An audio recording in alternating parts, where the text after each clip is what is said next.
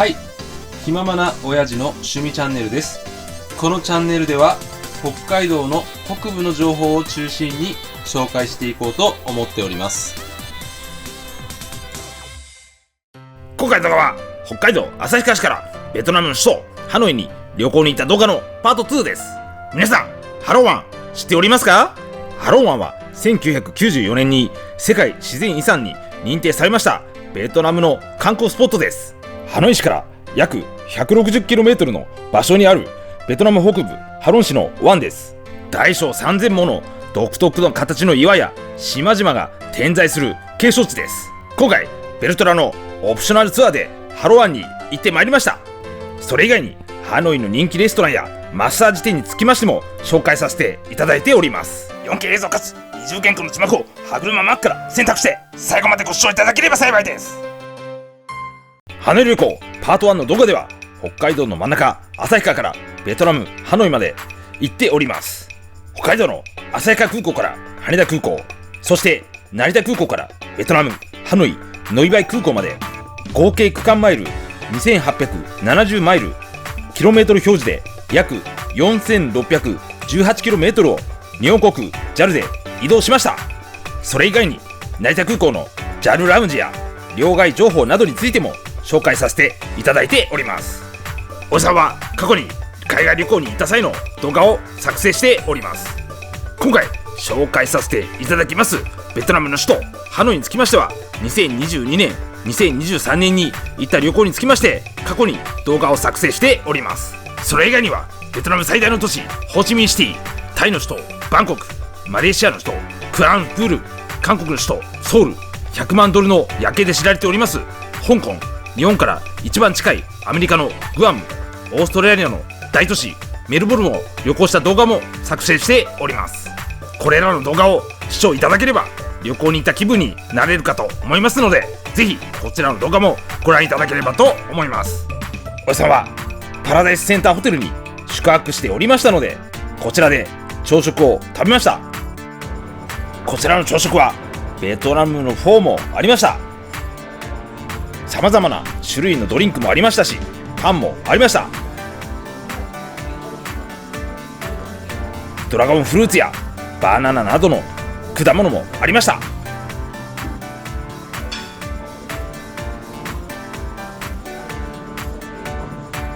朝食の定番ソーセージやベーコンもありました。チャーハンやおかゆもありました。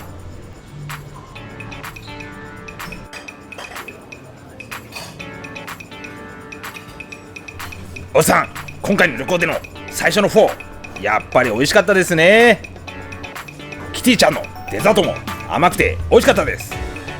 ごちそうさまでした。おじさんはこの日ハノイから日帰りで行けるハローワンツアーに参加しました。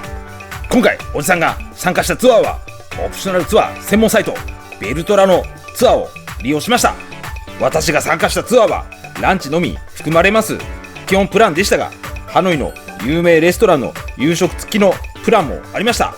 ツアー料金は基本プランで約1万円でした。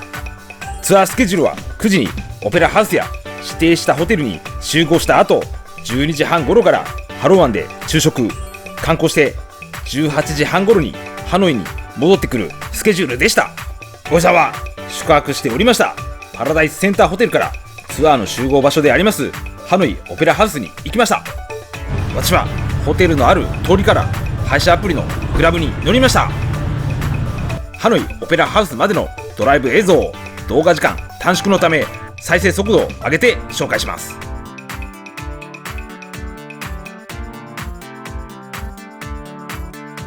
ホテルを出発して5分ぐらいでハノイオペラハウスに到着できました。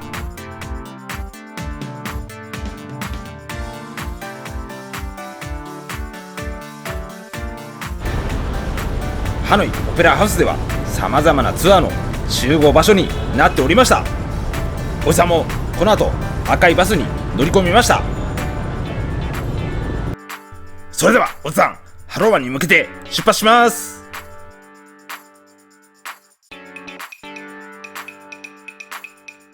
ここでハローワンツアーのルートについて紹介したいと思います。ハノイ市内からハローワンまでの行きの距離は約 166km です。最初にトイレ休憩でハノイ市内から約 38km の距離にありますドライブインに移動しました。このツアーには日本語が話せるベトナム人のガイドが同行しておりました。多いですね。39名で、私はもう一度紹介いたします。現地のガイド、ソンと申します。ソンですね。SON。日本語の意味は山です。それで山ちゃんでも、いいですね。途中本川を通過しました。今漢字使ってないですね。旭川のイオンモールよりも大きいんじゃないかなと思うくらい大きなイオンモールの横を通過しました。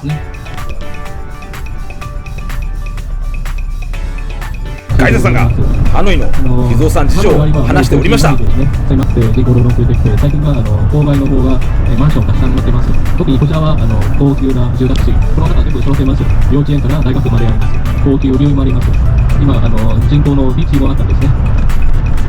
この中全部できます。外でなってもいいですね。この市内まで線路バスがあります。外の白い建物は大学ですね。現有のバスです。こちらのマンション物件は大体3000万円ぐらいですね。もちろん大きさは違いですけど。先ほど同じの不動産会社、先はマンション、こちらは別荘です。こちらはもっと高いですね。1億円以上ですね。これだけなくて、後ろの方が今イタリアのボニースの川は全く同じものを作ってますですね。とても贅沢な生活できるところ。ハノイ市内を出発して約1時間でドライブインに立ち寄りました。もし皆様中国行きたいですね、別のバスに乗っちゃってください。このバス覚えてくださいですね。これはまっすぐですね。バスのまっすぐです。じゃあ5分。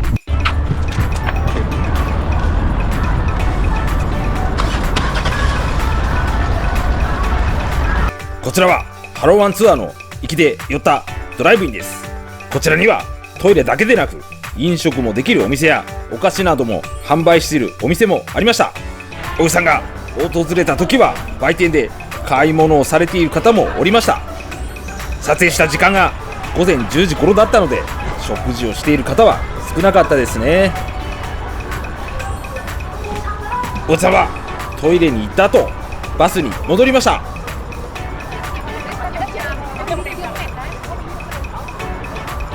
このツアーではドライブインの後にレジェンドパールに行きました。ドライブインからレジェンドパールまでの距離は約 115km です。途中赤い屋根についてガイドさんが説明しておりました。レンガの色は赤い色です。瓦も一応レンガで、作っているからみんな赤い色で、今はレンガだけではなくてトタンとか鉄板の屋根も使ってますけど、でもまだ伝統的な色、赤い色ですからね。2018年に開通しました爆弾橋を通過しました。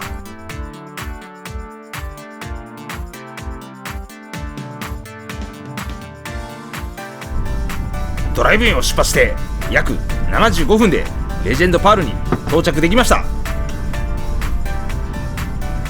レジェンドパールはハロン湾にあります真珠養殖工場と販売店です。ハロン湾で養殖された真珠の加工工程を見学したり真珠を買うことができます。それではレジェンドパールの中に入ってみたいと思います。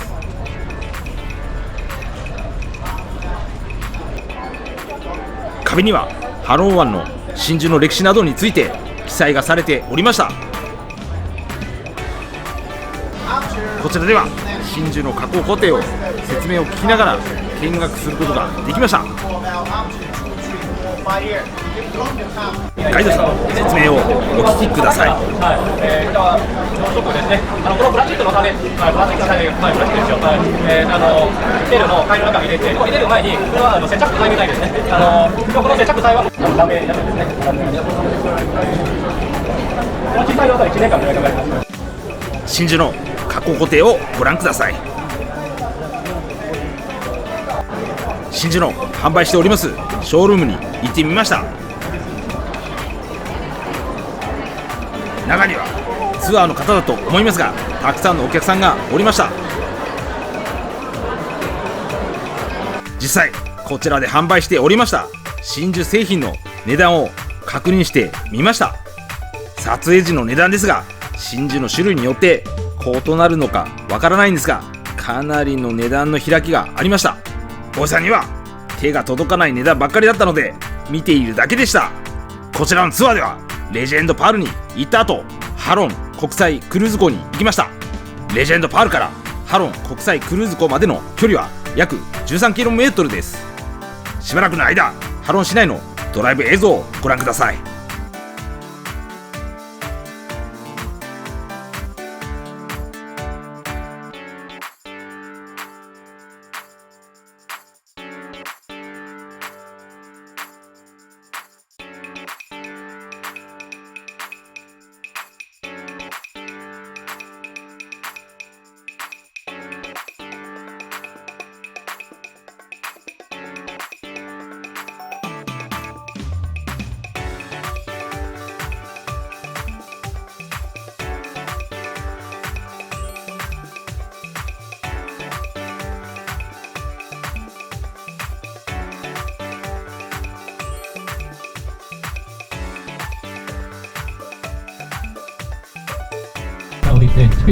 ハロン市内を出発して約3時間15分でハロン国際クルーズ港に到着できました。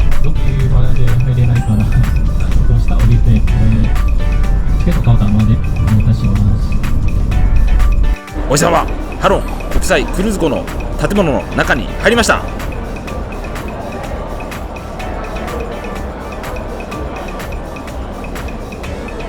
ハロン国際クルーズ港は世界遺産ハロー湾の玄関口です。こちらにハロー湾クルーズ船の乗り場があります。またこちらでハロー湾クルーズの乗船券を購入することができます。お土産店やカフェもありました。ガイドさんがチケットを購入して、その後船の乗り場に向かいました。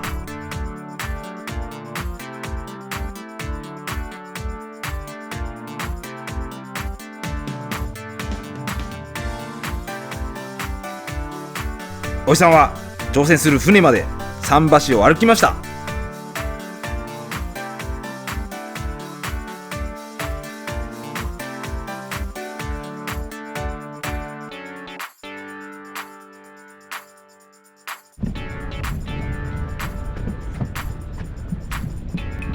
おじさん、それでは乗船したいと思います。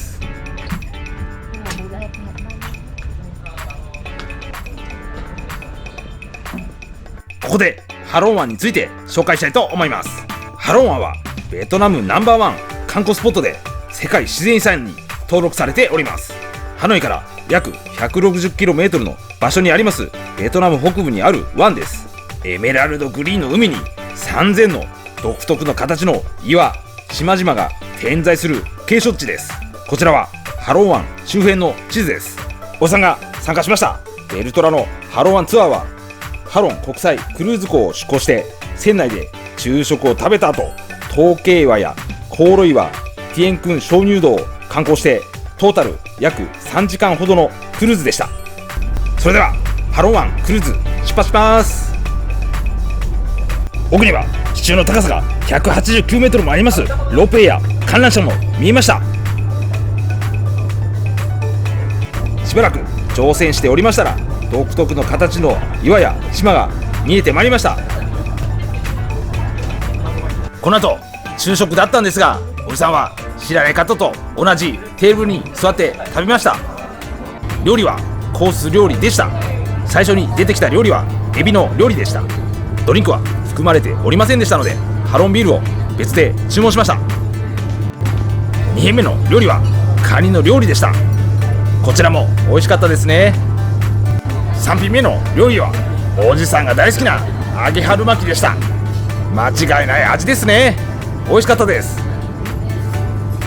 4品目の料理は魚料理ですかね。こちらの料理も美味しかったです。5品目の料理は野菜料理でした。最後にデザートでバナナが出てきました。いろいろ食べましたが、どの料理も美味しかったです。ごちそうさまでした。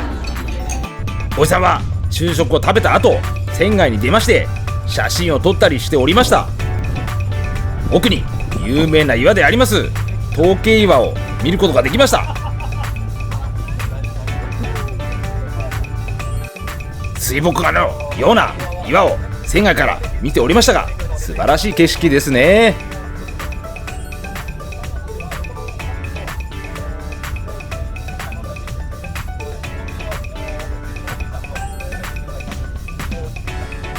奥に見えます岩が20万トンの紙幣に描かれております有名なコール岩を見ることができました。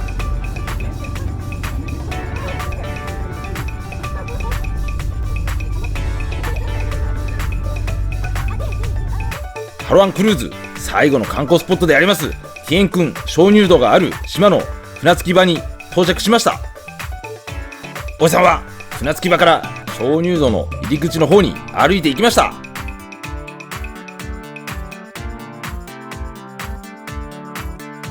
急な階段を登っていきます。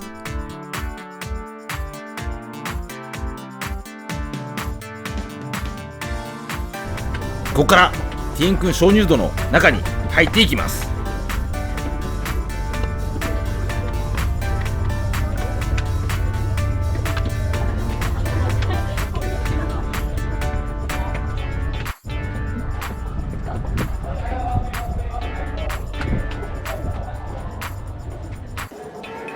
鍾乳洞の中はライトアップもされておりまして、幻想的な雰囲気でしたね。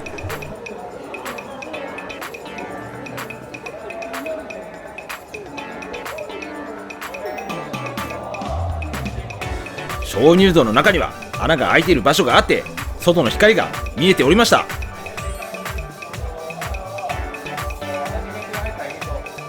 海賊さんがレーザーポインターで示した石順はシンガポールのマーライオンに似ているそうです。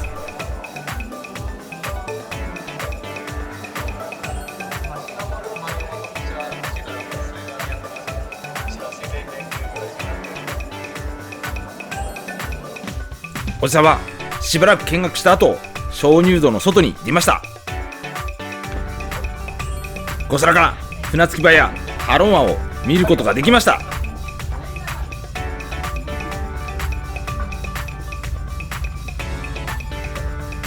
おじさんは階段を下って船着き場まで向かいました。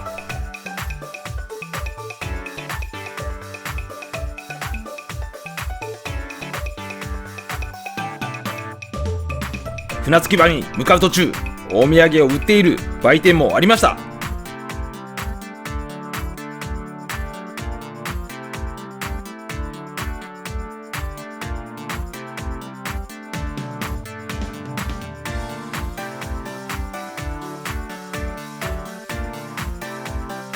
ティエンクン鍾乳洞で30分ほど観光した後、ハロン国際クルーズ港に向けて出港しました。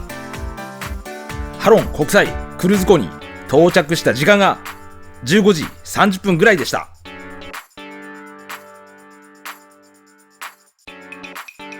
ハロン湾ツアーの帰りは行きよりも少し距離が短くなりまして、ハノイ市内まで約 160km でした。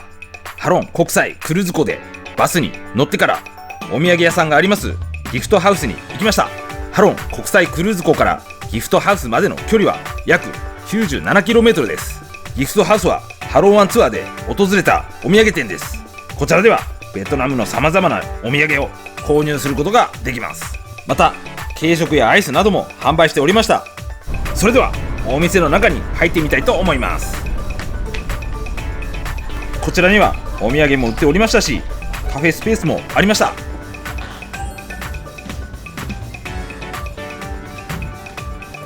おじさんはこちらのカフェスペースでドリアンのアイスとコーヒーを飲みました。アイスはドリアンの匂いはしましたが甘くて美味しかったです。ギフトハウスでトイレ休憩をした後、解散場所のハノイ市内に行きました。ギフトハウスからハノイ市内までの距離は約 63km です。途中並木道がカラフルにライトアップしておりました。ハノイ市内に近づいてきたら賑やかになってきました。ハロン国際クルーズ港を出発して約3時間、この時の時間が18時30分頃でしたが、解散場所のハノイオペラハウスに到着しました。がおされてください。ありがとうございました。じゃあ、忘れ物の内容お願いします。どうも。ハローワンツアーの後、解散場所のハノイオペラハウスから一旦宿泊しておりましたパラダイスセンターホテルに寄った後、夕食を食べるためフォーの人気店フォー店に行きました。宿泊しておりましたホテルからフォー店まで配車アプリのグラブバイクから撮影しました。この後約2分ほどナレーションをほとんど入れませんので、ハノイ市内のドライブ映像をお楽しみください。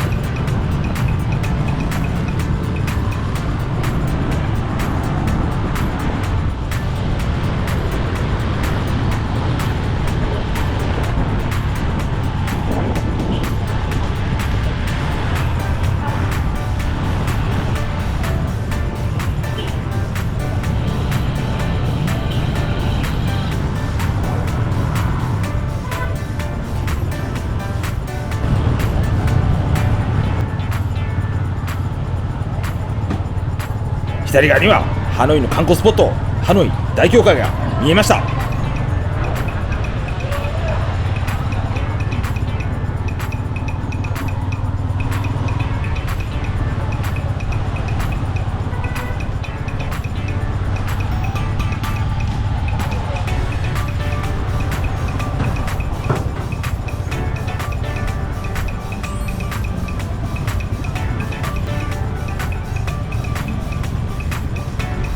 後ほど紹介しますバンスワンフットマッサージが左側に見えました。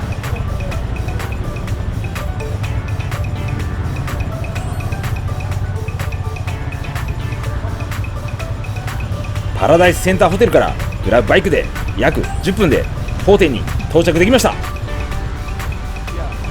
ここでフォー店について紹介します。フォー店はハノイの超人気フォーレストランです。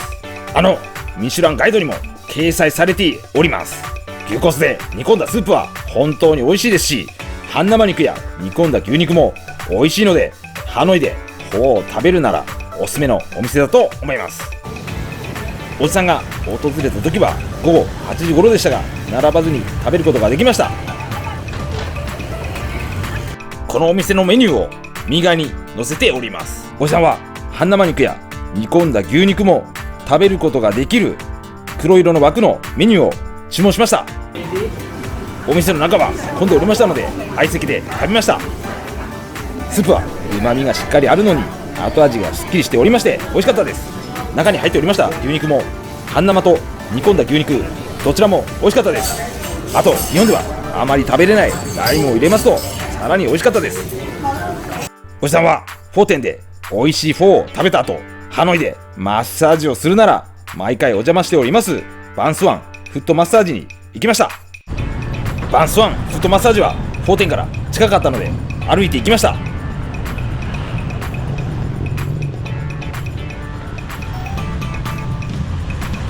フォー店から歩いて1分でバンスワンフットマッサージに到着できました。バンスワンフットマッサージはハノイ在住の日本人や日本人観光客にも大人気のマッサージ店です。理由は格安なのにマッサージも丁寧でお店も清潔ですので、ハノイに行ったら毎日行きたくなるマッサージ店じゃないかなと思います。こちらはマッサージの料金表です。わしは70分のフットマッサージ20万ドン日本円で約1200円を選択しました。こちらではマッサージ料金に加えチップを6万ドン以上支払うことになっておりましたが、おじさんは10万ドン日本円で約600円をチップとして支払いました。チップ込みで30万ドン、日本円で約1800円と思えないほど丁寧にマッサージしてくださって、とても気持ち良かったです。ありがとうございました。ここでハノイの日本人街について紹介したいと思います。ハノイの日本人街はハイバーチューンエリアとキンマー通り、そしてリンラン通りの3カ所あります。おじさんはマッサージをした後、リンラン通りに行ってみました。リンラン通りはロッテセンターハノイやキンマー通りの近くにありまして、全長600メートルの通りに日本料理店やバー、カラオケラウンジ、日本人向けのマンションなどがある通りだそうです。私はリンラン通りにあるカラオケラウンジアンジェラまでグラブバイクで水色のラインの経路で行きました。左側に見える高層ビルが高さ272メートルのロッテセンターハノイです。ここからリンラン通りのアンジェラまでナレーションを入れませんので、ドライブ映像をお楽しみください。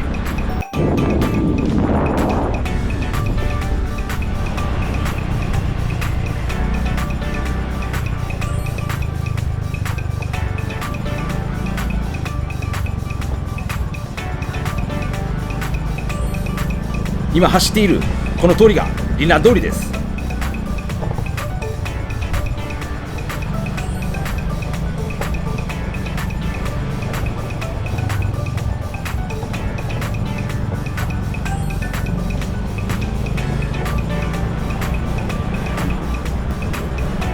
左に見える看板のお店がアンジェラです。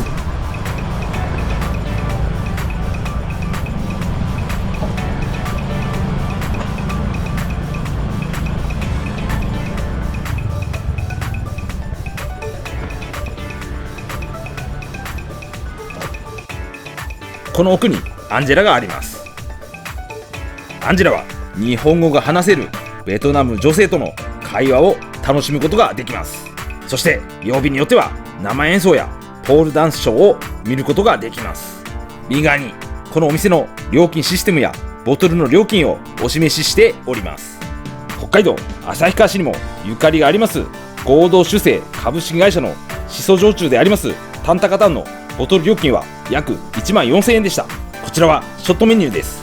おじさんはこちらでハイボールを飲みました。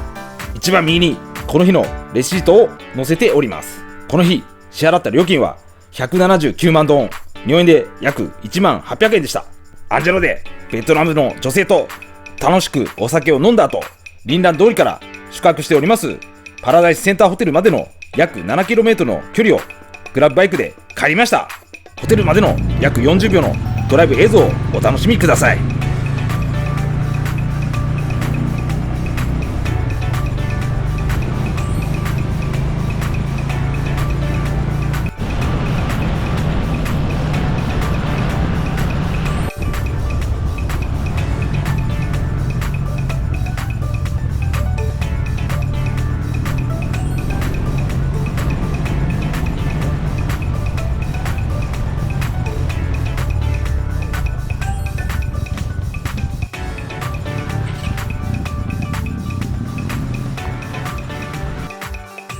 この日はこの後ホテルで寝ました。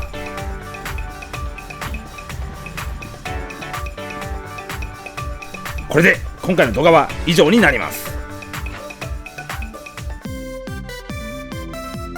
今後も北海道の北部の情報を中心に紹介してまいりますので、チャンネル登録並びにグッドボタンよろしくお願いします。次回ハローワイ行ったらエメラルドグリーンの海見れたらいいな。